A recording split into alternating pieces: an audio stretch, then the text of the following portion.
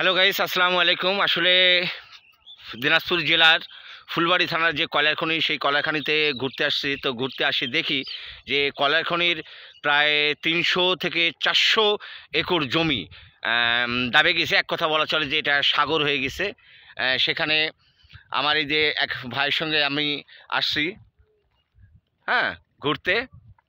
আর এখানে দেখা যাচ্ছে কিছু পতাকা আছে, এখানে বিপদ সংকেত চলতেছে যে এই জায়গাটা ঝুঁকিপূর্ণ আছে।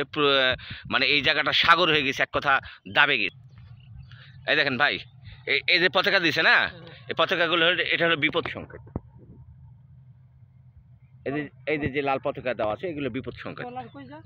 হ্যাঁ, ও এগুলোর মধ্যে ঘুরবে।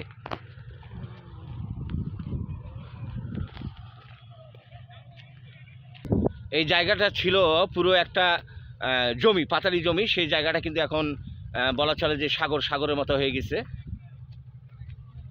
এটা কয়লার খনি এলাকা। এগুলো এই জায়গাটা বিপদজনক হয়ে আছে। বিপদজনক হওয়ার কারণে এখানে পতাকা দেওয়া হয়েছে। আসলে এটা কোনো নদী না, এটা পাতার জমিগুলো সব দাবে গিয়ে এরকম সাগরের মতো হয়ে গেছে।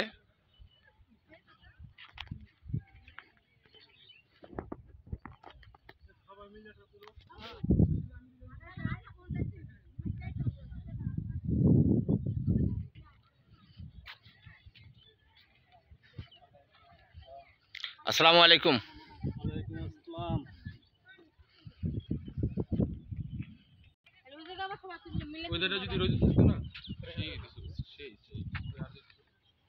দারুণ জায়গাটা না,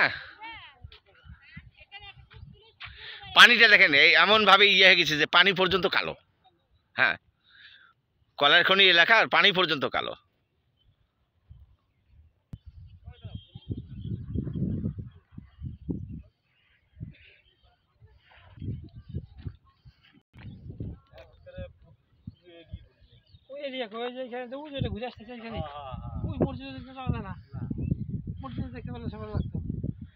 ওই মসজিদটা দাবে গেছে নাকি?